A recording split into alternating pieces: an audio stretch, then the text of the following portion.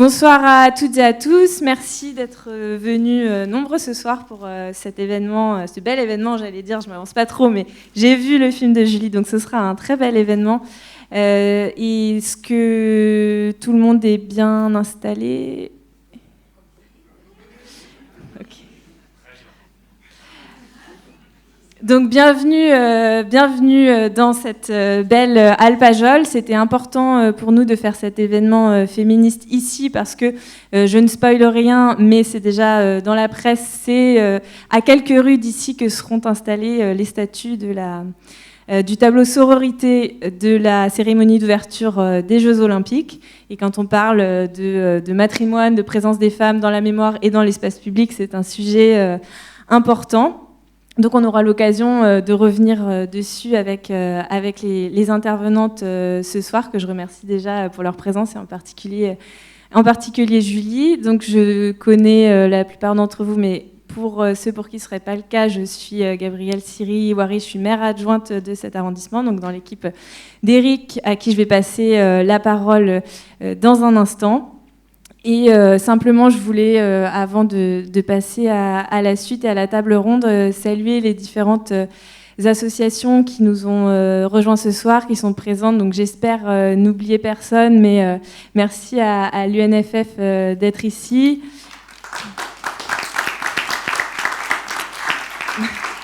Merci à Geneviève Courreau, que j'ai aperçue aussi, de la SIAMS.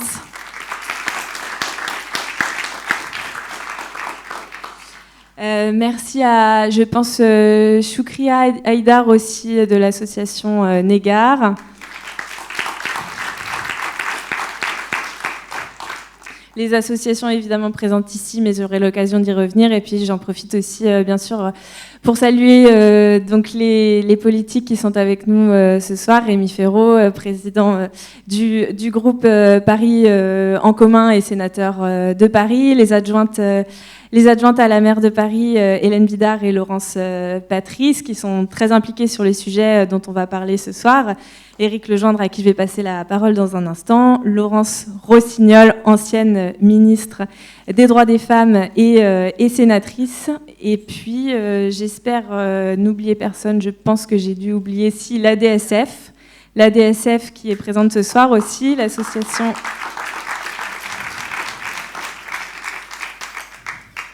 Et puis, je vais sans plus attendre donner la parole à Éric Lejoindre, maire du 18e arrondissement, pour lancer cette soirée. Merci à vous. Merci Gabrielle. Bonsoir à toutes et à tous. D'abord, merci Gabrielle, parce que c'est elle qui a pensé que ça avait du sens que ici, tu l'as dit, à quelques encablures de là où, avec la maire de Paris, on a décidé d'installer les 10 statues féminines à la porte de la chapelle. Ce sera le premier endroit en France où seront réunis sur l'espace public une série de statuaires féminins, puisque en général, les statues, quand elles sont plusieurs les unes à côté des autres, c'est plutôt des hommes. Et donc Gabrielle s'est dit que c'était ici qu'il fallait qu'on fasse cette réunion dans le cadre de Paris 2030, donc cet espace qu'on a créé pour penser l'avenir de la ville et qu'on fasse cette réunion sur les questions de féminisme.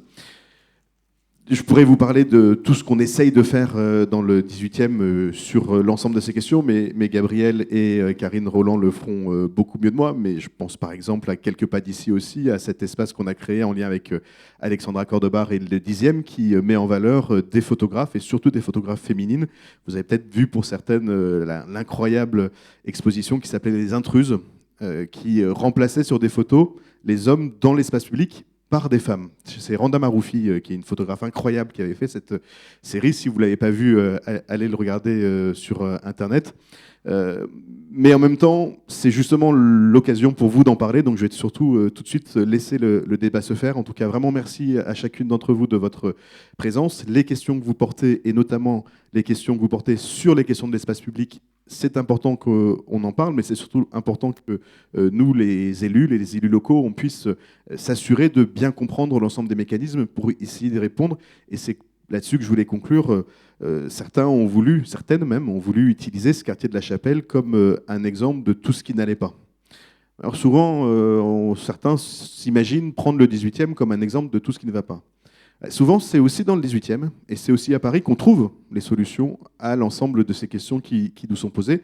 Et pour ça, on ne peut pas le faire en chambre, il faut qu'on le fasse avec vous toutes et vous tous. Donc merci beaucoup d'être là, merci Gabriel, et puis très bon débat, et puis bon film aussi, parce que j'espère qu'on va passer un bon moment.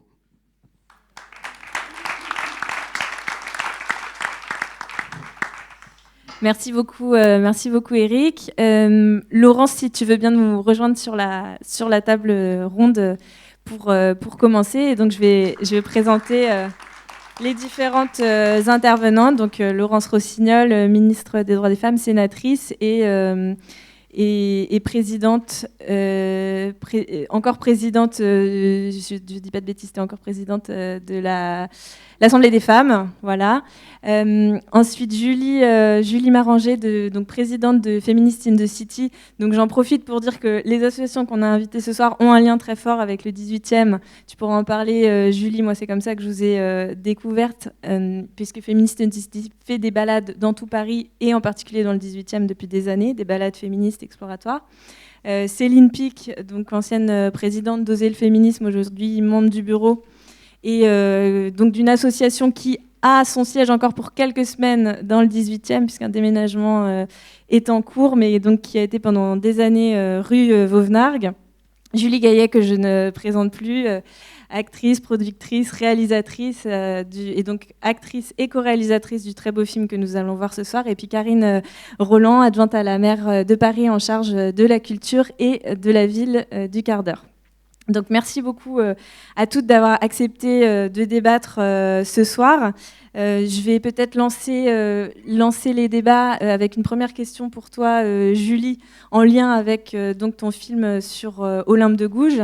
Parce que ce qui m'a frappée quand je l'ai vu en avant-première, c'était le lien fort qu'il y avait avec la question de la place des femmes dans l'espace public, donc de son vivant. Aujourd'hui, c'est bien sûr une question de présence des femmes dans la mémoire, mais à l'époque, c'est vraiment une précurseur, puisqu'elle revendique le droit aux femmes d'avoir cette présence dans l'espace public, notamment à travers les affiches qu'elle va utiliser, placarder dans les rues de Paris pour alerter les citoyens.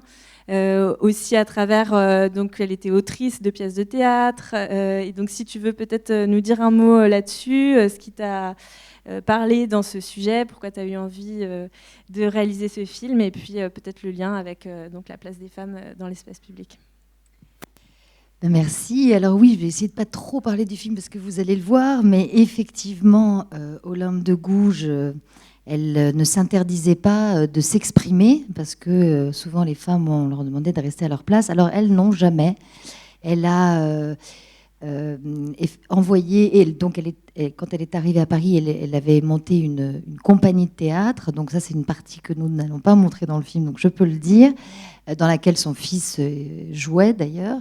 Et elle a écrit cette pièce qu'elle a envoyée à la Comédie Française anonymement, une pièce contre l'esclavage, puisqu'elle faisait partie de cette association des Amis des Noirs. Et elle va, la Comédie Française va l'accepter et finalement décider de faire, quand ils découvrent que c'est une femme, font grève et décident de ne pas la jouer.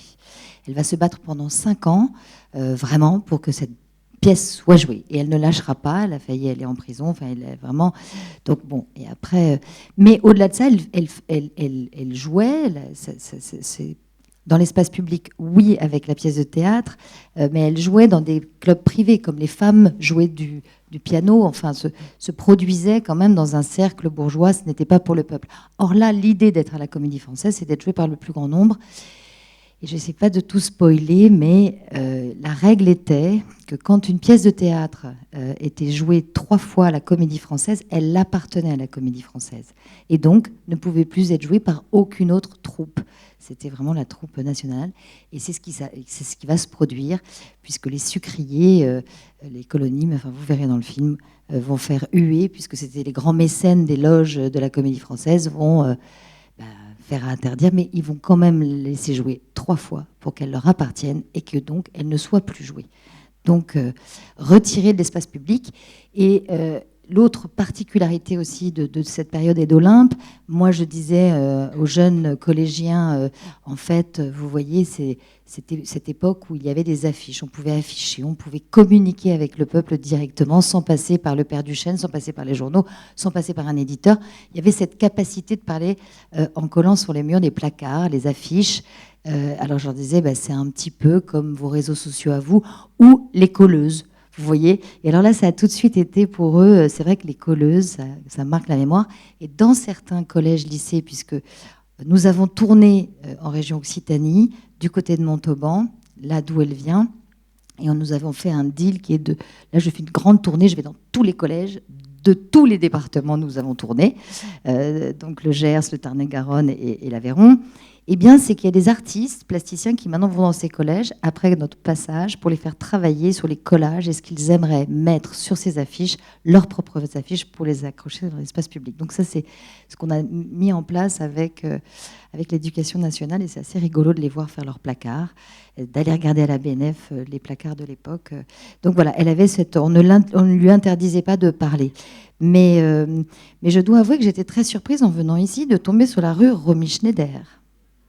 Très émue même, qui est certainement l'actrice qui m'a donné envie de faire ce métier. Donc, et j'ai été très surprise aussi, parce que quand je parle à ces collégiens en leur disant, mais quand même, ces Jeux Olympiques, et c'était historique, paritaire pour la première fois dans l'histoire, il y avait ces statues qui sortaient de l'eau, ils ne connaissaient pas forcément ni Olympe, et pourtant, surtout les personnes de ma génération, puisque nous n'étudions pas du tout Olympe de Gouges, ni au collège et au lycée.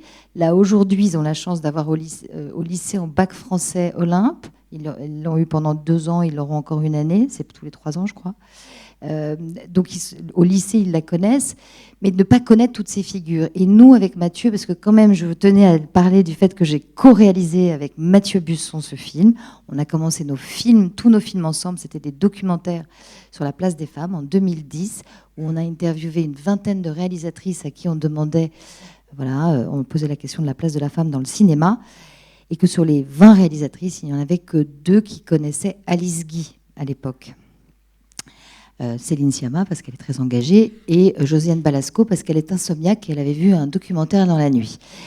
Donc, on a continué, on a fait un documentaire avec 20 réalisateurs, puis à l'international. On a même écrit un livre, parce qu'on a été impacté en 2017 par MeToo, et puis on a vu des femmes fabuleuses qui montaient des collectifs, et donc on a eu envie de faire un livre, faire un documentaire d'abord, et on s'est rendu compte qu'on n'arriverait pas à filmer toutes ces femmes fabuleuses qui œuvrent dans l'ombre, comme toutes ces associations qui sont là ce soir. Et vraiment, on va devoir faire un tome 2 avec vous toutes.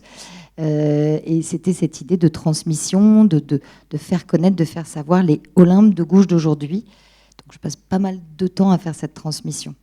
Mais voilà, j'espère que j'ai répondu à la question.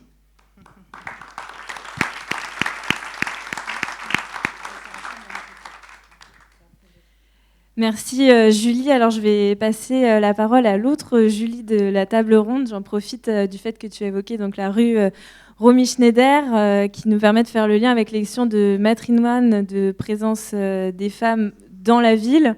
On sait que la très très très grande majorité des noms de rues portent des noms d'hommes. Alors c'est particulièrement vrai dans le reste de la France, puisque à l'échelle du pays, c'est moins de 5% des rues qui portent des noms de femmes. À Paris, c'est plus du fait du volontarisme très important de la maire de Paris et de toute son équipe sur le sujet. On est autour de 15% aujourd'hui. Il faut savoir aussi qu'en France, donc dans le reste du pays, c'est souvent des petites rues qui portent des noms de femmes. À Paris, il y a cet effort qui est fait aussi sur les boulevards, donc, notamment puisqu'on est dans le 18e, le boulevard qui borde le 18e et le 9e, donc Marguerite de Rochechouart, ancienne abbesse de Montmartre du 17e.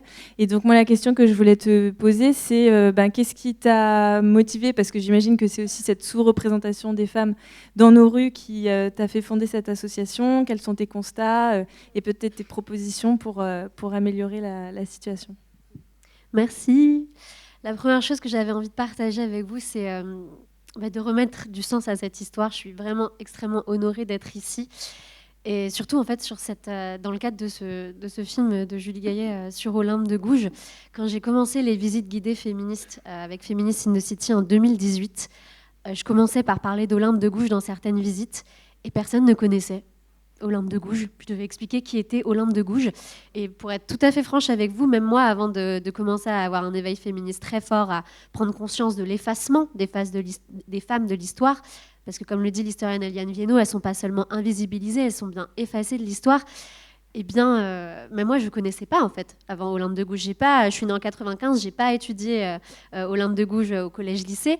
Ça ne faisait pas partie de ce qu'on étudiait dans ma génération. Et aujourd'hui, les lycées, les collèges qui viennent aux visites guidées Feminist in the City connaissent Olympe de Gouges et sont en plus hyper excités d'entendre parler. Oui, si tu veux rebondir, n'hésite pas. Ils sont en plus hyper excités d'en parler. Donc oui, il y a clairement un constat qu'on voit d'une manière générale dans l'éducation nationale, dans l'éducation de manière générale, une invisibilisation, effacement des femmes dans l'espace public, dans tous les milieux. On a vu qu'avec les JOP, il y avait en effet pour la première fois de l'histoire la parité. Ça a été un moment extraordinaire, en tout cas je pense pour beaucoup de féministes. Moi, voir en effet ces femmes dans Olympe de Gouges sortir de l'eau, j'en ai pleuré, tellement pour moi c'était incroyable. Je ne sais pas si on se rend compte de ce qui s'est passé et de ce qui se passe aussi ce soir, mais voilà, Olympe de Gouges, c'est assez récent qu'elle soit sortie des abysses de l'histoire, et donc je suis vraiment honorée d'être là. Pour ce qui est de l'effacement des femmes dans les rues, ce que j'observe également, c'est quand même une amélioration. On parlait de Romy Schneider, mais même dans la visite guidée que je guide dans le 18e, enfin Pigalle-Montmartre, il y a de plus en plus de noms de rues ou même de plaques commémoratives sur le chemin de la visite guidée. Donc par exemple, il y a un fémage qui est rendu à Joséphine Baker. Je rends fémage aussi à Tiffany pour l'invention de ce mot. Joséphine Baker, par exemple, la première femme noire panthéonisée en 2021, elle n'était pas dans les rues, maintenant elle y est.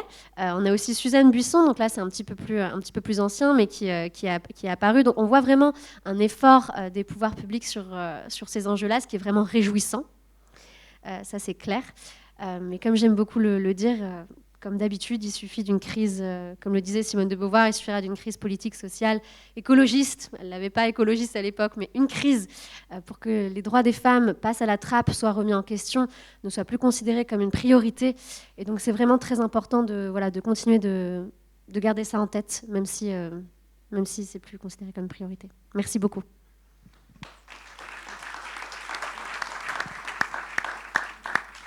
Merci beaucoup Julie. J'en profite pour dire un mot sur en fait effectivement cette politique volontariste qui est menée, parce qu'aujourd'hui dans les commissions de dénomination, et j'en profite pour saluer Danielle Prémel qui est adjointe au maire du 18e en charge de la mémoire, qui est parmi nous, je ne la vois pas mais je sais qu'elle est là, et qui donc aujourd'hui priorise en fait pour chaque nouvelle dénomination de rue, de place, le fait de mettre des femmes effectivement pour contribuer à ce rattrapage.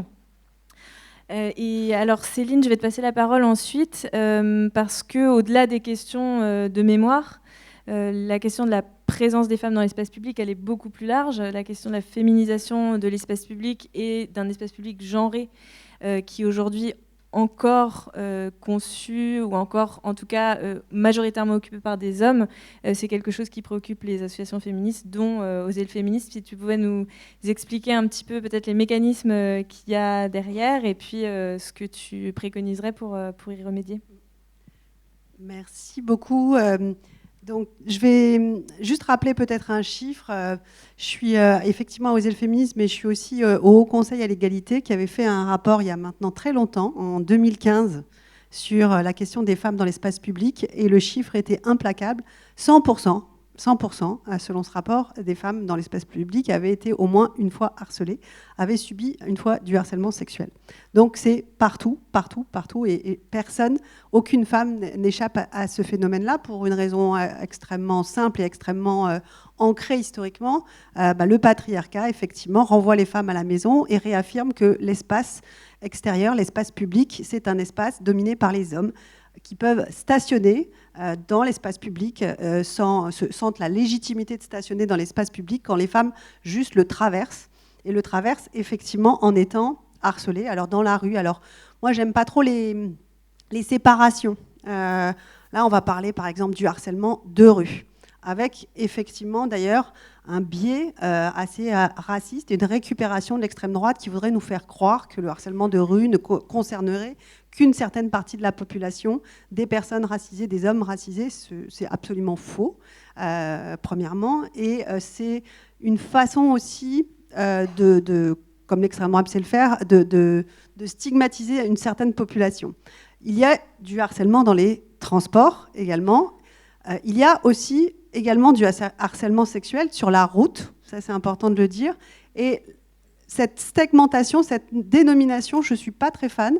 Je pense qu'il faudrait plutôt parler de harcèlement sexuel, harcèlement sexiste dans l'espace public, parce que cette segmentation, finalement, elle oublie quelque chose, c'est que ce harcèlement, il est en fait fait par toutes les classes sociales, et le seul point commun, ce sont des hommes qui harcèlent.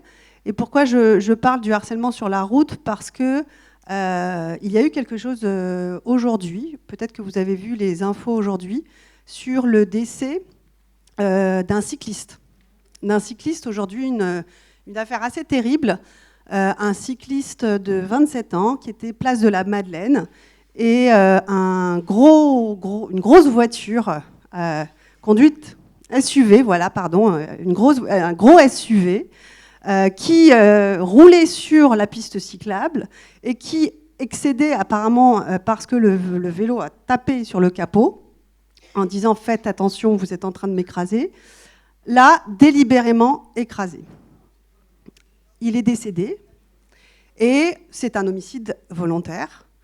Et ça m'a beaucoup interrogée puisque le maire adjoint aujourd'hui, David Béliard, a dit « la voiture tue ». Et il se trouve que, par exemple, moi, ça fait 25 ans que je fais du vélo dans Paris. Et il y a une vraie politique extrêmement active de la mairie de Paris du partage de l'espace public entre vélo et voiture qui est mise en place. Et merci beaucoup pour les pistes cyclables. Mais moi, ça fait 25 ans. Depuis 1998, je fais uniquement du vélo dans Paris. Je ne prends pas le métro. Et je me suis rendu compte ce matin en lisant le journal et en lisant cette histoire d'homicide volontaire que en 25 ans de vélo, j'ai été victime 2 fois d'une tentative d'homicide volontaire de cette façon-là. À chaque fois parce que j'avais touché la carrosserie en disant « fais attention » et le gars avait fait une embardée délibérément pour me renverser. J'ai subi des insultes sexistes par milliers, c'est-à-dire que... Et j'ai manqué d'être plusieurs fois victime d'accidents. Et le point commun de ces mises en danger volontaires, de ces insultes et de ces accidents évités à un cheveu, c'est que ça a toujours été des hommes, avec des grosses voitures. Et donc il y a même, ce n'est pas que dans le métro, c'est aussi sur la route. Et la façon de conduire une voiture est quelque chose de typiquement viriliste.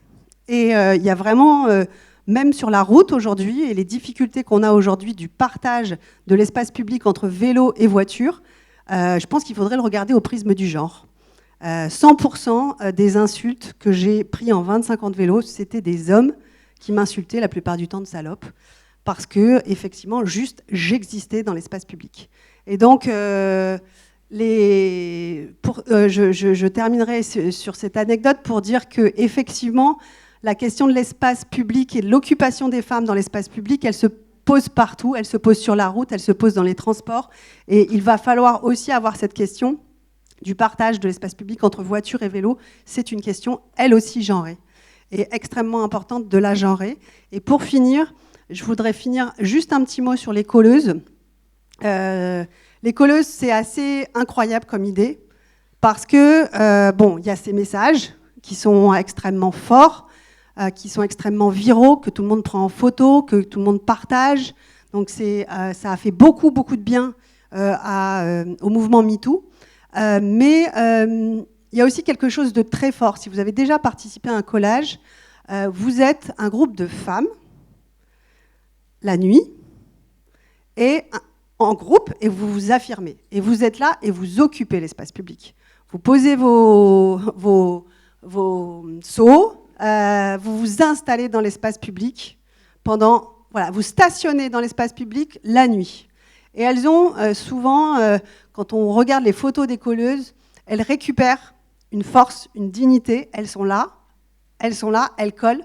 Et c'est extrêmement cathartique comme pratique, le collage, parce que vous rentrez chez vous et vous avez l'impression d'être puissante et de vous être enfin réapproprié l'espace public. Donc, allez faire des collages, c'est super. Ce sera ma conclusion.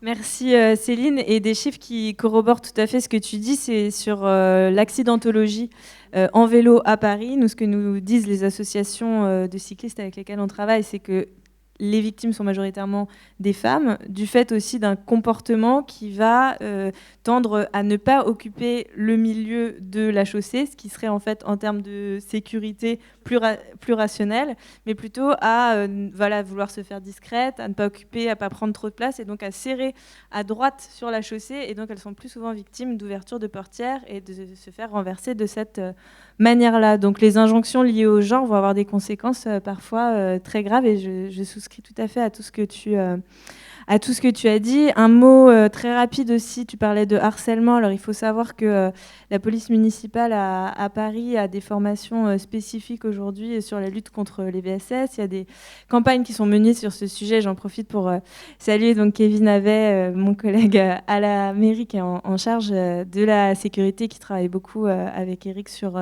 ces sujets-là. Et je passe tout de suite la parole à Karine Roland, donc à double titre, à la fois bien sûr élue du 18e et puis adjointe à la maire de Paris en charge de la culture et de la ville du quart d'heure. Si tu veux nous dire un mot peut-être, parce que quand on pense partage de l'espace public genré, il faut savoir aussi que ça se joue dès les premières années de la vie, dès l'école, et c'est vrai que dans les cours d'école, on va avoir tendance à voir de moins en moins peut-être, mais toujours quand même, les garçons qui se saisissent de jeux de balles et donc qui vont occuper la majorité de l'espace dans la cour de récré, qui vont peut-être cantonner les filles à des jeux plus en marge de la cour. Donc là aussi, il y a un enjeu de partage de l'espace public, et je sais que la ville de Paris travaille sur ce sujet. Mais surtout, je voulais aussi bien sûr t'entendre sur le travail très important que tu as mené pour mettre en place une charte de lutte contre les VSS sur les tournages de cinéma à Paris. Puisque là aussi, il y a un vrai sujet, un vrai volontarisme de la mairie sur ce point. Merci Gabrielle. Deux toutes petites choses. Une qui n'a pas été dite sur cette salle, elle s'appelle République. Elle a un nom, elle s'appelle République depuis qu'on l'a ouverte il y a quelques années de ça. Je trouve que c'est un beau symbole. Merci à toi Gabrielle, parce que c'est toi qui as eu l'idée de cette soirée, la volonté de monter ce groupe aussi dans Paris 2030. Et puis vous dire que ouais, les collages c'est super, et c'est très audacieux de dire ça dans une assemblée montée, dans un événement monté à l'origine par des partis politiques. Mais oui, les collages c'est super, ça crée des choses formidables. On est un certain nombre à avoir vécu ça, à le vivre encore, et ça m'a fait penser à ce que vous disiez, et ça rejoint tout de suite la question de l'espace public, au street art, ce qu'on appelle maintenant l'art urbain. L'art urbain est assez connu dans le nord-est parisien, parce qu'on est l'endroit en France où immédiatement on s'est emparé de cette esthétique qui était beaucoup née aux États-Unis, et on entend beaucoup dire que le street art c'est très masculin. C'est vrai, ça n'est pas que vrai. Donc un peu comme dans le cinéma, il y a des femmes qui s'imposent, qui font en sorte de pouvoir aller, pas toujours coller, mais parfois c'est du collage aussi, hein. Il y a beaucoup de ça, mais sinon graffer, bomber, enfin bref.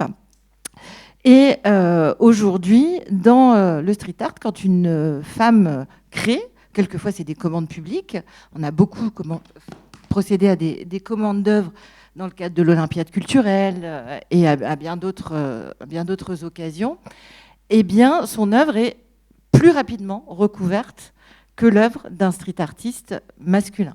Il y a aussi des questions de territoire, si elle est venue créer un endroit qui n'est pas censé être son territoire, donc ça n'est pas genré, mais quand même, pour avoir eu la discussion avec certaines artistes, parce que volontairement, on avait désigné des femmes, manière de dire aussi qu'il n'y avait aucune raison pour que les femmes ne sachent pas s'emparer du street art et qu'elles le fassent en toute sécurité, surtout quand c'est une commande publique. Eh bien, encore aujourd'hui, elle le note, un peu comme tous les réflexes de genre que vous évoquiez. Elles sont plus rapidement, le terme n'est pas beau, mais recouvertes. En tout cas, leurs fresques sont plus rapidement recouvertes et parfois de manière assez peu élégante. Alors, l'avantage dans les arts urbains, c'est qu'une fois que c'est arrivé, vous pouvez répondre, sachez-le. Toutes celles et ceux qui auraient envie de se lancer, je suis sûre qu'il y en a dans la salle, j'en connais d'ailleurs, vous pouvez répondre si tant est que vous créiez plus grand. Donc, femme street artiste, allez-y. Effectivement, je pensais à ça quand vous parliez du collage. Pourquoi la question du genre est importante dans la culture? D'abord parce qu'elle est importante partout, évidemment, vous l'avez très bien dit. Je considère aussi que la culture a cette force incroyable d'être porteuse de messages. On va le voir avec ton film, Julie, ce soir. Mais être médium aussi. La culture est le médium et le message.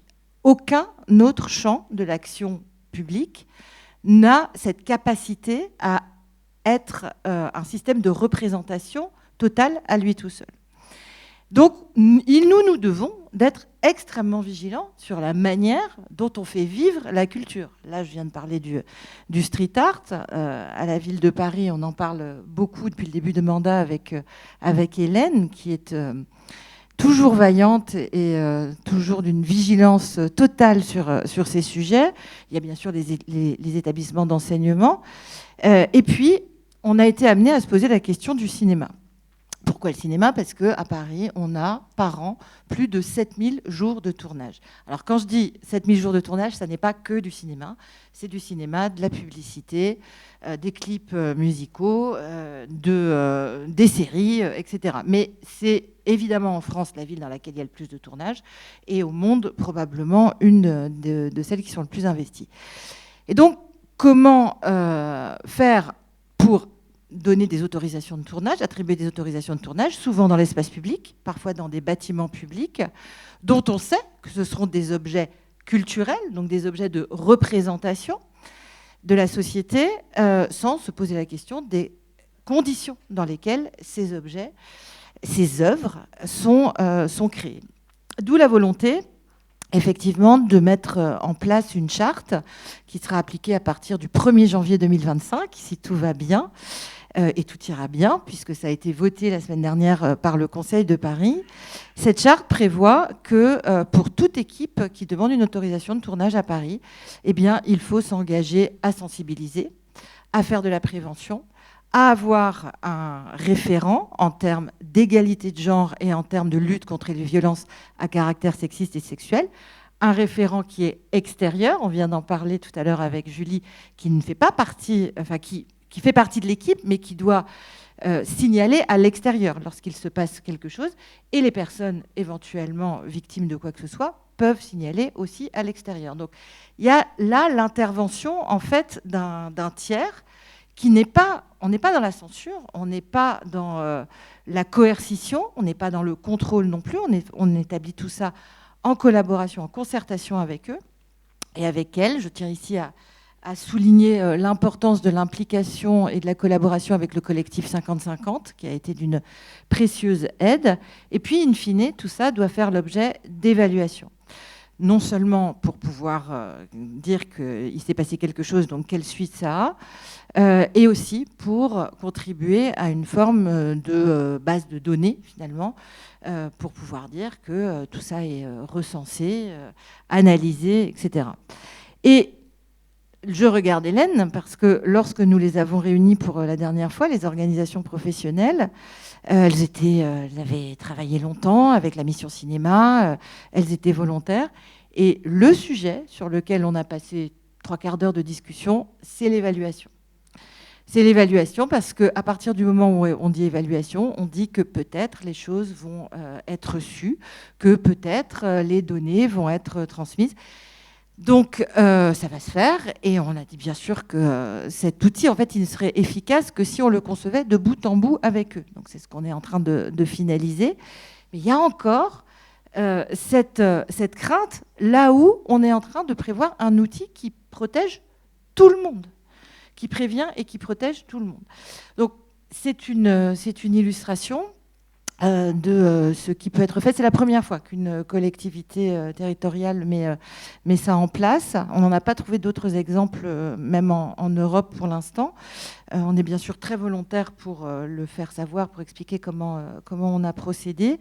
C'est aussi un signe que, avec les meilleures volontés du monde, il y a des réticences. Donc il faut continuer, il faut avoir l'audace, toujours de l'audace, encore de l'audace. Et je pense que ce type de soirée, ce type d'œuvre que tu nous proposes ce soir, Julie, y contribue forcément, puisque seule la multiplicité des voix pourra permettre de progresser, je crois.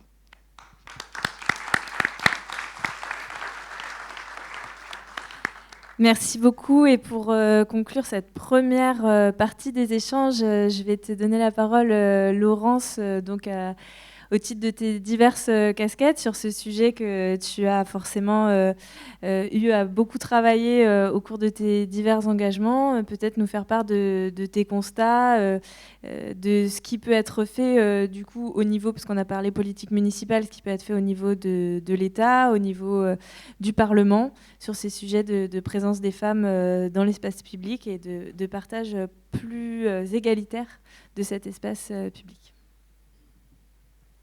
Merci Gabrielle. Merci d'abord pour avoir organisé cet événement ce soir et merci de ton invitation. Merci Julie pour le film. Mais oui, si toi tu ne l'avais pas fait, il n'existerait pas.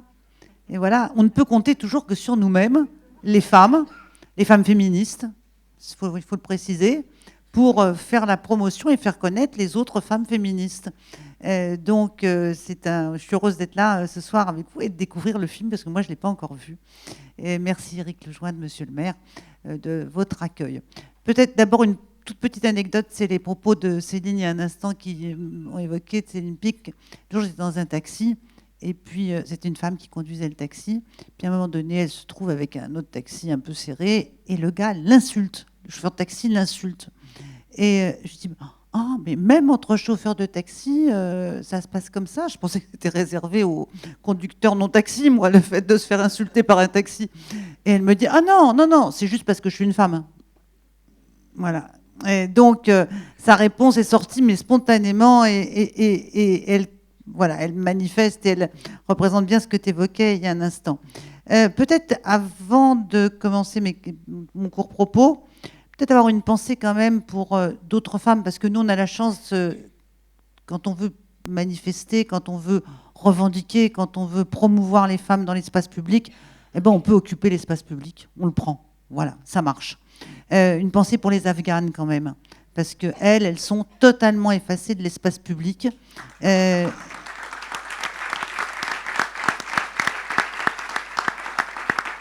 Et l'espace public, dans toute la diversité qu'est l'espace public, c'est pas simplement la rue, l'espace public, c'est la télévision, c'est l'espace public, la culture, Karine l'a dit un instant, est très bien dit, et le niveau d'apartheid de genre qui est mis en place en Afghanistan vise, moi je pense que c'est un génocide, mais vise à les rayer, les rendre totalement invisibles en tant que femmes. Et en parlant d'invisibilité, je partageais avec vous quelques éléments. J'ai rendu avec quelques collègues, avec 2 collègues sénatrices par la délégation de droits des femmes du Sénat, il y a quelques jours, un rapport sur les femmes sans abri, les femmes qui vivent dans la rue. Et on pourrait penser, puisqu'on parle d'espace public, que les femmes qui vivent dans la rue sont dans la rue, dans l'espace public. Et en fait, je me suis rendu compte en faisant cette enquête et ce rapport, que même dans la rue, les femmes se rendent invisibles. C'est-à-dire que l'invisibilité des femmes, la volonté d'invisibilité des femmes pour se protéger, elle est aussi pour les femmes qui vivent dans la rue. Et en fait, quand vous regardez bien, vous voyez très peu de femmes sans abri. Elles ont des stratégies incroyables pour se fondre et disparaître de l'espace public, ne pas être identifiées comme femmes dans la rue.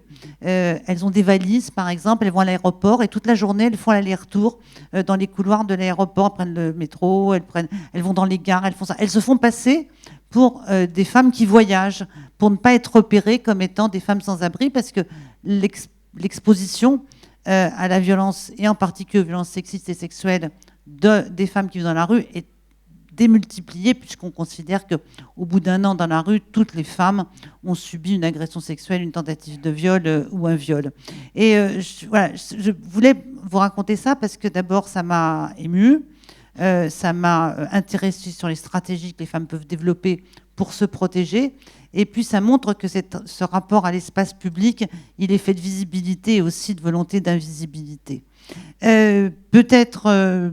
pour être pas trop longue, alors moi, je n'aurais pas l'outrecuidance d'apporter des solutions à la mairie de Paris sur comment faire plus et comment faire mieux, d'autant que c'est quand même une municipalité qui est particulièrement mobilisée sur la visibilité des femmes, mais la visibilité dans l'espace public, mais surtout sur des politiques en faveur des femmes. C'est important, la visibilité, mais ce qui est important, c'est la vie associative. Parce que rien ne se ferait sans les femmes féministes. Rien. Il faut quand même toujours... Tout ce qu'on a obtenu. Olympe de Gouges, elle n'est pas sortie de l'oubli dans lesquels les révolutionnaires l'avaient d'abord plongée, puis ensuite toute la narration de l'histoire, par la magie, subitement, d'un historien qui s'est dit « Ah bah tiens, si j'allais parler d'Olympe de Gouges ». C'est les féministes qui sont allés chercher Olympe de Gouges. C'est les féministes qui en ont fait une figure emblématique. Et je le redis, on ne peut compter que sur nous-mêmes en la matière, avec les hommes sympathisants féministes, et ils sont toujours bienvenus pour nous soutenir sur toutes nos actions, et pour les relayer, et pour transformer notre engagement, l'engagement associatif, en politique publique, parce que c'est ça qui compte. Et enfin, parce que je sais que tout le monde attend le film, j'ai une idée là qui m'est venue en t'écoutant tout à l'heure. Vous avez remarqué, l'abbé Pierre, il a un petit problème d'image, lui, maintenant. Alors lui, il a été très, très, très exposé, et il n'est pas exclu qu'il parte un peu dans l'oubli dans l'histoire. Et je vois beaucoup de villes qui avaient en toute bonne foi, voilà, en toute bonne foi, si j'ai employé le mot de foi en parlant d'abbé Pierre, enfin bon, vous me pardonnez, voilà, vous me pardonnez. En toute bonne foi, elles avaient baptisé, vous m'excuserez aussi baptisé,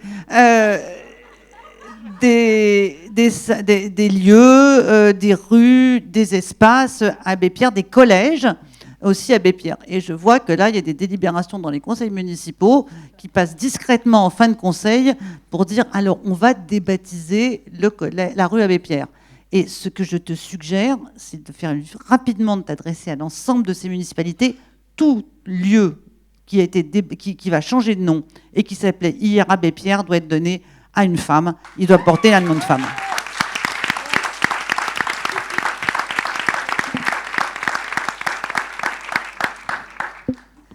Je rebondis, ça me fait rire parce que j'étais au rendez-vous de l'histoire de Blois, où là, quand même, Michel Perrault, et vraiment, on doit la remercier pour ce travail qu'elle a fait sur raconter l'histoire des femmes dans la grande histoire.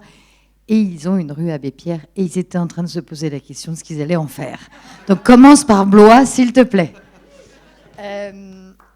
Mais je rebondis parce que c'est vrai que sans Benoît de Groult, sans et la Société des auteurs de Montauban, ces femmes, ces hommes, enfin ces femmes qui ont vraiment œuvré, qui sont allées voir Valérie Rabault. Donc merci aussi Valérie Rabault, feu sa réserve parlementaire pour avoir fait ces recherches. Ils ont réussi avec les années à récupérer tous ces textes. Le dernier tome, c'est en 2021. Donc c'est un travail assez énorme et qu'ils sont allés encore plus loin puisqu'en 2016, le buste de Olympe de Gouges est rentré à l'Assemblée nationale et c'est le seul buste de femme face à Jaurès dans la salle des 4 colonnes. Aussi parce que vous allez le voir, c'est la seule femme qui a été guillotinée pour des raisons politiques et non pas parce que c'était la femme de, ou Marie-Antoinette, ou Madame Roland, ou une aristocrate. Et l'important pour nous, quand on a fait le film, c'était que ce soit... c'était l'envie de parler des grands moments d'histoire où c'est les femmes qui ont pris ces grands moments. On ne voulait pas faire seulement Olympe de Gouges, la figure. Évidemment, il en faut une, et c'est comme ça que ça s'est décidé avec France Télévisions, mais on voulait parler des femmes dans l'histoire de la Révolution. Et à la Révolution, c'est elles qui sont montées à Versailles. Enfin, je ne veux pas vous... mais c'était cette idée-là. Et on a montré le film à Delphine Ernotte, que je salue, parce que là, encore une fois, comme tu le disais, il y a des femmes derrière.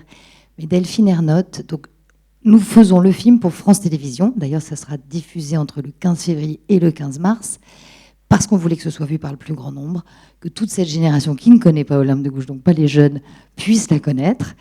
Delphine Ernotte, quand nous, on a commencé notre documentaire, il y avait 8% de réalisatrices chez France Télévisions. Et Delphine Ernotte, quand elle est arrivée, a dit « Mais si le cinéma a 27%, on devrait pouvoir y arriver, non, et faire 30%. » Donc elle a demandé, c'est pas tout à fait des quotas, mais elle a quand même mis une petite pression sur tous ses services pour qu'ils fassent des efforts, et elle est arrivée à 30%. Et contre toute attente, elle a été renommée une deuxième fois à la tête de France Télévisions. Et là, personne ne s'y attendait. Moi, c'est le moment où on m'avait beaucoup fait traîner mon projet de série des femmes dans la Révolution. Et en fait, elle a été renommée. Et là, elle est allée plus loin. Et elle a dit, alors si on a réussi 30%, on peut y arriver 50%, puisque dans les écoles, elles sont à 50-50. Et aujourd'hui, il y a 48% de réalisatrices chez France Télévisions. Et donc, ça veut dire les documentaires, la fiction, les longs métrages. Donc, c'est assez... Et pour finir, puisque c'est quand même Agnès Varda qui a été ma petite maman de cinéma et qui m'a vraiment poussée, et c'est vrai, elle parlait de ça, du fait que les femmes se mettent ensemble. C'est pour ça qu'on voulait faire ce film de groupe. Et elle a fait des films sur justement le street art et même un film Visage-Village en France sur l'importance. Et elle a essayé de faire, et elle a fait beaucoup de choses, mais sans faire de grands discours, un film paritaire dans les années 70 qui s'appelait L'une chante, l'autre pas. Et c'était une prouesse d'arriver à faire une équipe paritaire. On a aujourd'hui la Bible 50-50. Bien, nous avons fait une film, on a voulu que le film soit paritaire. Donc on a une équipe paritaire avec des chefs de poste femmes. Et sur 430 personnes qui ont travaillé sur ce film, il y a 280 femmes. Voilà, donc il y a un peu plus de femmes. Ça donne pas du tout la même ambiance. Ça a beaucoup changé, c'était assez doux. Et on s'est même dit d'ailleurs qu'entre deux personnes talentueuses, on prendrait plutôt une personne gentille. Ça aussi, c'était une et ça marche très bien. Et donc, on voulait faire ce film de groupe. Et puis finalement, on n'a pas fait cette série, mais Delphine Ernotte a dit on fera ce film sur Olympe de Gouges. Quand ils ont vu le film et que ça s'est arrêté, puisque je n'ai pas pu faire la série, et qu'elle nous a dit qu'elle avait aimé le film Anne Holmes et la fiction telle était vraiment. On lui dit d'accord, alors on ne sort pas de cette salle tant qu'on n'aura pas signé La Commune, Louise Michel. Et donc, on fait ça bientôt. Voilà, donc on continue. Vous aurez la suite dans 2 ans. Et Tiffaine, quand même, tu es dans le film, Tiffaine D, tu fais notre témoigne de Méricourt, même si c'est un... Donc, je ne sais pas si tu veux venir juste montrer ta petite bouille où on te connaît. Vous allez la voir, en tout cas, elle est dans le film. Et on lui doit beaucoup.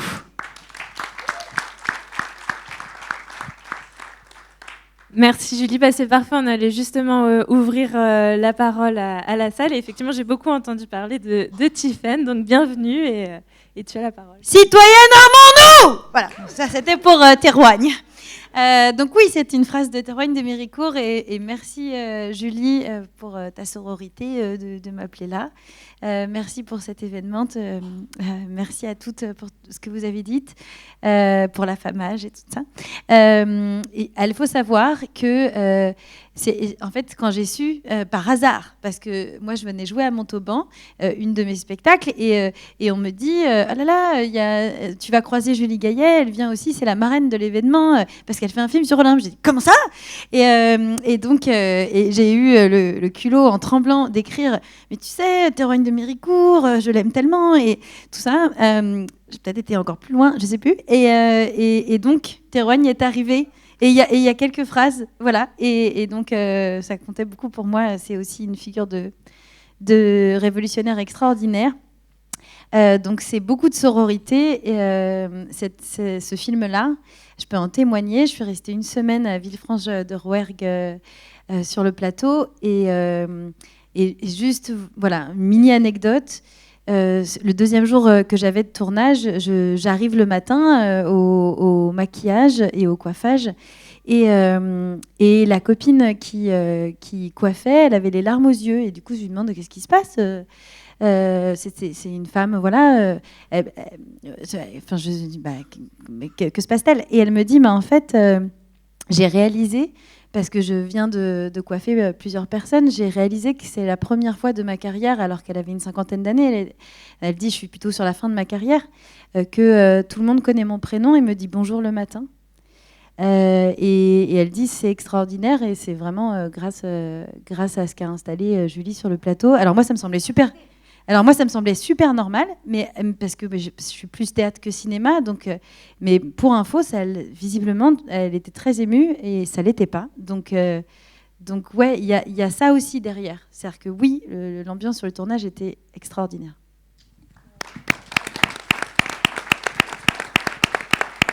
Et après Louise Michel, on peut faire Théroigne quand tu veux. Mais tu reviendras nous présenter Louise Michel, alors si tu veux bien. Ben oui, évidemment, c'est ici qu'il faut venir le présenter. Merci beaucoup, Tiffaine. Alors, il y a peut-être d'autres prises de parole dans la salle. On m'a soufflé juste dans l'oreillette qu'il y avait une suggestion pour remplacer les rues Abbé Pierre. Voilà, est-ce que tu veux nous en dire un mot ? Merci. Je n'aurais osé m'imposer. Bonsoir à toutes et à tous. Je suis Jodie Coste, ambassadrice de l'UNFF, l'Union nationale des familles de féminicides, et je me considère comme une archiviste. Du coup, c'est un honneur d'être assise avec vous ce soir. Tout à l'heure, on parlait de l'abbé Pierre. Je ferai très rapidement. Si on veut rester dans le domaine ecclésiastique, parce qu'on connaît quand même l'attachement pour le christianisme et notre douce France, je pense qu'on a effacé de l'histoire Sœur Emmanuelle, dont j'ai eu la chance d'être la filleule. Et c'est une dame qui a fait énormément de choses pour la cause féministe, pour les femmes. Une des premières bonnes sœurs qui a parlé de la masturbation dans les couvents, etc. Et pour la petite anecdote, la seule chose que j'ai volée de ma vie, c'est un livre de Sœur Emmanuelle au CDI de mon lycée catholique. Voilà. Je dépose ça là. Donc remplaçons l'abbé Pierre par Sœur Emmanuelle. Voilà. Et je me permettrai d'ajouter quelque chose. Tout à l'heure, vous parliez des études et des fun facts qui sont très intéressants, des petites anecdotes marrantes pour les moins anglophones. Mais j'ai lu une étude, il y a de ça déjà quelques années. Je ne sais pas si tout le monde s'était chauffé en 2015 pour faire des études surtout, mais je transmets cette info si vous ne l'avez pas. Il a été prouvé que dans 98% des cas, dans l'espace public, quand vous croisez un homme qui marche sur le trottoir, il ne se décale pas. Et du coup, depuis que je sais ça, je me fais un point d'honneur à chaque fois que je croise un homme, de bomber le torse, de lever le menton et de le bousculer de l'épaule pour lui rappeler que nous aussi on existe. Voilà, merci beaucoup.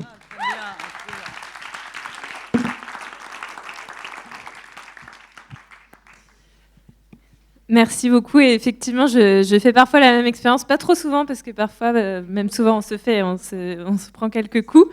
Mais effectivement, et ça souligne bien que ces mécanismes en fait, d'espace public genré sont complètement inconscients. Parce que ces hommes-là, en fait, ne veulent pas nous rentrer dedans. C'est simplement que c'est naturel dans leur esprit, où c'est qu'on va nécessairement se décaler. Peut-être qu'il y a d'autres prises de parole. Peut-être Hélène, Laurence, si vous voulez nous dire un mot, parce que vous travaillez évidemment beaucoup sur ces sujets.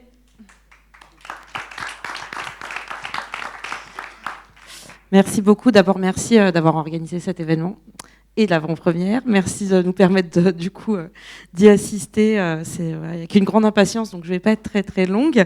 Moi, j'ai noté juste quelques éléments. D'abord, ça a été évoqué rapidement, mais je voulais y revenir. On a parlé de la plaque de Joséphine Baker. J'étais très très heureuse de la mettre, cette plaque, et très émue. Avec des gens de sa famille. Et après, il y a eu la panthéonisation, et c'était aussi très émouvant. Mais je voulais faire le lien parce qu'il y a Joséphine Baker, il y a l'engagement d'Olympe de Gouges et aussi de Gisèle Halimi. Je voulais dire quand même que ces femmes, elles ont compris ce qu'il y avait de systémique dans la violence au point qu'elles ont aussi lutté contre le racisme et qu'elles ont porté des causes politiques très fortes. Donc je voulais juste ressouligner ça. Et vous dire que... alors je voulais rebondir aussi sur ce que Éric Lejoindre a pu dire. C'est vrai qu'on a eu beaucoup de polémiques sur le genre et l'espace public. Alors ça a commencé en fait en 2015 avec le collectif Stop Harcèlement de rue, qui a fait remonter la question de l'espace public dans le genre qui avait été oublié depuis les années 70 et encore avant. Et puis il y a eu en effet une appropriation par certaines, régionalement, qui se sont appropriés le débat et qui pointaient à chaque fois la chapelle. Alors moi, ça m'amusait beaucoup parce que j'ai fait pas mal de déplacements, parce qu'elles confondaient la place de la chapelle, la porte de la chapelle, et donc les journalistes n'étaient jamais au bon endroit par rapport au harcèlement de rue qui était dénoncé par d'autres politiques qui n'avaient pas l'air de bien connaître Paris, mais peu importe. En tout cas, je me suis à chaque fois amusée à dire... D'abord, je disais qu'il fallait prendre très au sérieux, et oui, il y a du harcèlement de rue, il y a des violences dans l'espace public extrêmement graves et ça peut aller très loin et je vais y revenir. Mais on a analysé le phénomène, il y a des chercheurs, des chercheuses, pas très nombreux et nombreuses qui ont travaillé dessus, on a analysé le phénomène et le fait est que dans tout espace qui dysfonctionne, où il va y avoir plus d'hommes qui vont s'approprier l'espace et où les femmes du coup ne font que passer, c'est là où il y a du harcèlement. Et donc systématiquement, je disais aux journalistes, oui, j'en profite, il y a du harcèlement dans l'espace public quand ça dysfonctionne. Et figurez-vous qu'il y en a tout autant dans d'autres espaces, comme par exemple au Sénat, où là aussi ça dysfonctionne, où là aussi il y a plus d'hommes que de femmes. Et en fait, à chaque fois, il fallait démonter leur argument qui allait pointer certains, en fonction de leur origine, en fonction du fait qu'ils étaient récemment arrivés en France, en fonction de leur religion supposée.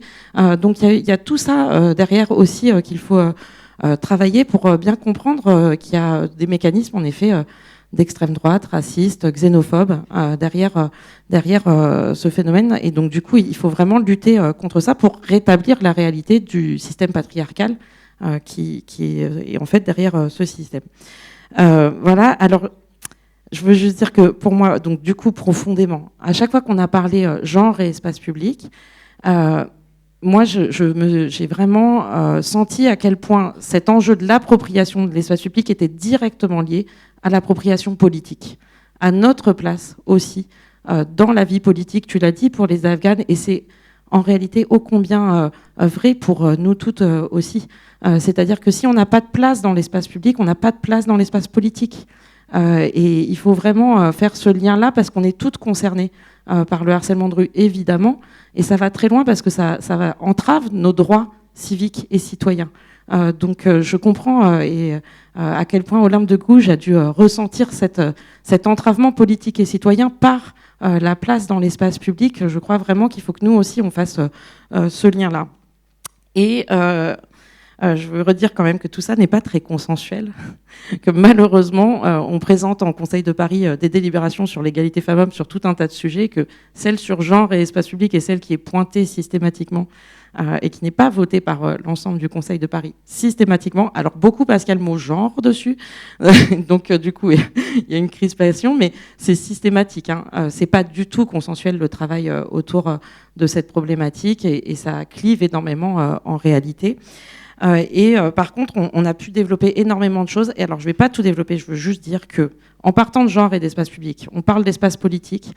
Ça nous a permis de lutter contre les publicités sexistes avec tout un tas d'associations, dont les chiennes de garde, et de faire rentrer dans la charte de la ville de Paris. Ouais, donc je vois Florence Monod qui est là. Salut à toi, Florence. Et avec la lutte contre ces publicités sexistes, c'était très important parce que ça prend le contre-pied justement des collages, mais on a pu mettre dans les chartes de la ville de Paris le fait qu'on luttait contre les publicités sexistes, homophobes, racistes, etc. On a fait de l'aménagement avec la prise en compte du genre, comme la place de la Nation, par exemple, ou la place de la Bastille, dans les rénovations. On a fait travailler par et pour les femmes. Et ça, c'était intéressant parce que je rejoins ce qui se passe dans la culture. On a pu faire travailler des femmes architectes. Ah bah c'est encore un autre chantier que nous avons, Karine. Hein. Je peux te dire, il y a du boulot sur ça. On a pu faire travailler des femmes architectes, des urbanistes sur le genre et l'espace public, et ça c'est énorme. On a fait énormément de marches exploratoires dans le 18e notamment. On a bossé sur le matrimoine, sur les cours oasis, et je termine par là, désolée, ce sera un peu plus dur. Mais on n'a pas parlé de la prostitution, et notamment de la prostitution de rue.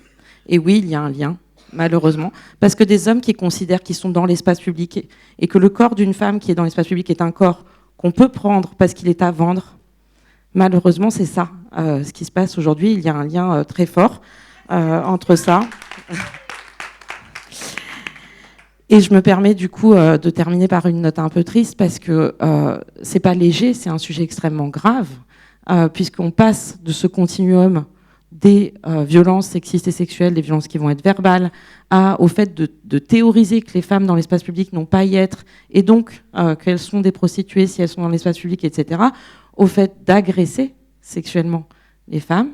Alors c'est vrai que c'est plutôt le conjoint, etc., statistiquement, mais ça arrive néanmoins, beaucoup trop, et ça va jusqu'au féminicide, et du coup je veux quand même citer Philippine Lenoir de Carlan ce soir, que nous ayons une pensée à ce moment-là. Tout ça pour dire qu'on a énormément bossé. Excusez-moi, je suis un peu émue par le fait d'avoir cité Philippine. Mais on a énormément bossé et on a fait beaucoup de choses, c'est vrai. Et ce qu'on a fait, il faut le continuer parce que nous, on a travaillé avec Anne Hidalgo en voulant conduire une transition féministe de la société. Et cette transition, elle est comme la transition écologiste. Elle prend du temps, mais elle est en route. Et c'est le chemin de progrès pour toutes les femmes, pour tous les hommes.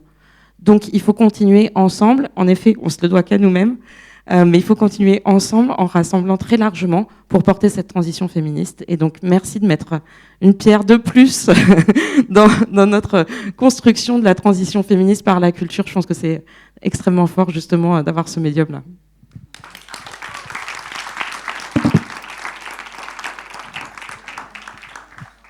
Merci beaucoup Hélène et merci pour tout le travail que tu as mené avec l'équipe d'Anne Hidalgo. On va prendre peut-être une dernière prise de parole ici et puis on va lancer le film. Ouais, alors deux dernières prises de parole, il y en a une ici et après Luciana. François, vas-y, je t'en prie, viens. Et j'en profite pour saluer les chiennes de garde qui sont là aussi, Marie-Noël Bas, que j'avais pas vu arriver. Merci beaucoup pour votre présence. Merci pour la plateforme que vous m'offrez. Je vais être bref. Donc déjà, je suis ravi d'être là et de pouvoir présenter le livre que j'ai pu publier en juin, qui s'appelle « Reconstruire le féminisme ». Très rapidement, c'est surtout l'histoire d'un constat qu'on a fait. Je suis issu des transports, je suis un expert de la mobilité. Les transports, c'est le miroir de la société, ça a été beaucoup dit ce soir. Les inégalités ne sont jamais plus fortes que dans le bus après 7 heures du soir pour une femme. Et donc, on a déroulé la pelote de laine en se disant, ok, concrètement, qu'est-ce que ça veut dire reconstruire le féminisme quand on est un homme blanc, de bonne éducation? Donc, en gros, on est dans la cible, hein, là, il n'y a pas de sujet. Mais ok, concrètement, qu'est-ce que nous, on peut faire? Et on s'est rendu compte au fur et à mesure, de l'intersectionnalité jusqu'à la société en elle-même, qu'il y a une structure, un système, un népotisme qui existe et il faut qu'on l'accepte, malheureusement, en tout cas nous, hommes blancs, voilà, de bonne famille, et tendre la main encore plus, c'est-à-dire participer à ces conférences, participer aux films, participer à toutes ces plateformes qui nous permettent justement demain de pouvoir faire quelque chose. Et effectivement, vous le disiez très justement, la transition, elle est en marche, mais elle sera en marche que si demain, moi, j'arrive à rentrer dans un PMU à Montauban et convaincre les gens au bar que le féminisme, c'est bien, c'est important, ça va ramener de l'égalité dans la société et aussi des points de croissance à l'économie. Et ça, les gens ne le comprennent pas encore. Mais il faut avoir cette vision extrêmement lucide. En tout cas, je serais ravi de vous laisser le livre à la fin de la soirée. Ça va, j'ai été assez bref? Super. Merci en tout cas.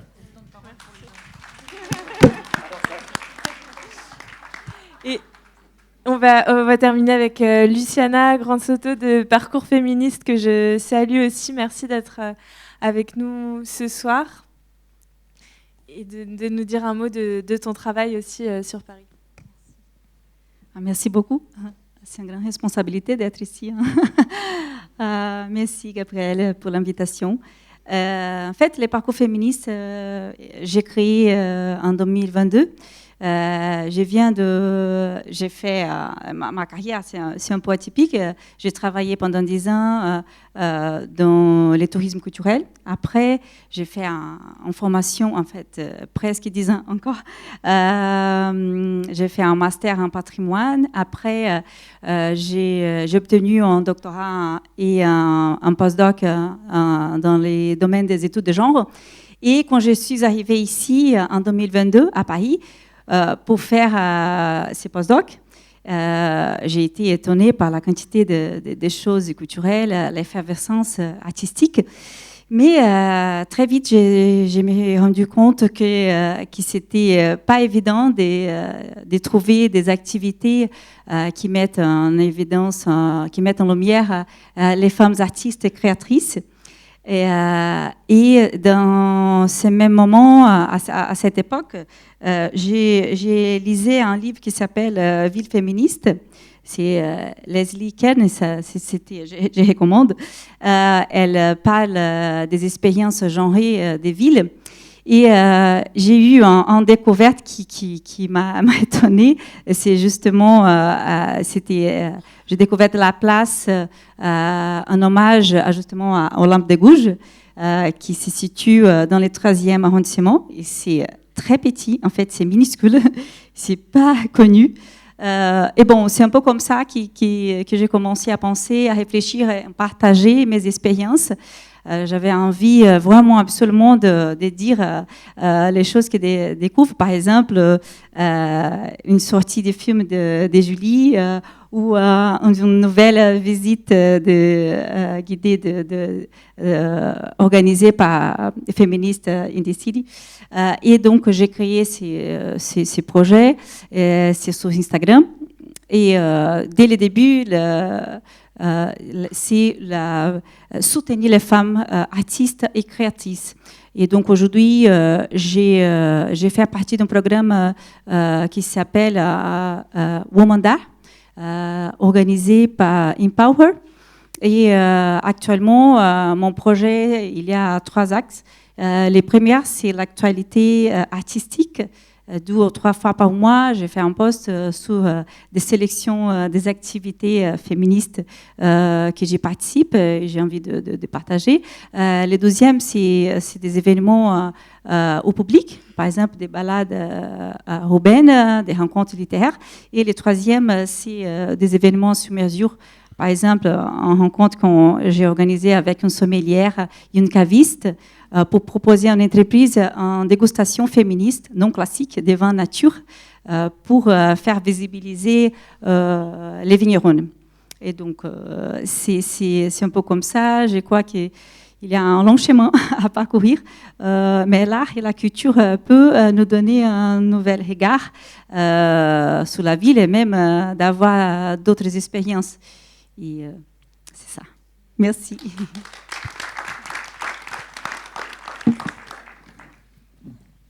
Merci beaucoup, Luciana. Donc vous avez compris, il faut, on va devoir. Ouais, parce qu'on doit libérer la salle à 22h. Donc voilà, on va devoir lancer le film. Merci beaucoup à toutes et à tous. Je veux quand même remercier aussi toutes celles et ceux qui m'ont aidé, qui m'ont permis d'organiser cette réunion. Nadia, Gilles, Jean-Philippe, évidemment, Kevin, Léo, Olivier, etc. Certains d'entre eux, et puis Nathalie, bien sûr, qui doit toujours être là. Donc, Comment ? Ah alors, d'accord. Je termine. Oui. Pardon. À Paris, on a débaptisé l'abbé Pierre en faisant du bruit, en le disant très fort, et qu'il y a déjà un espace Sœur Emmanuel, je te dirais où c'est.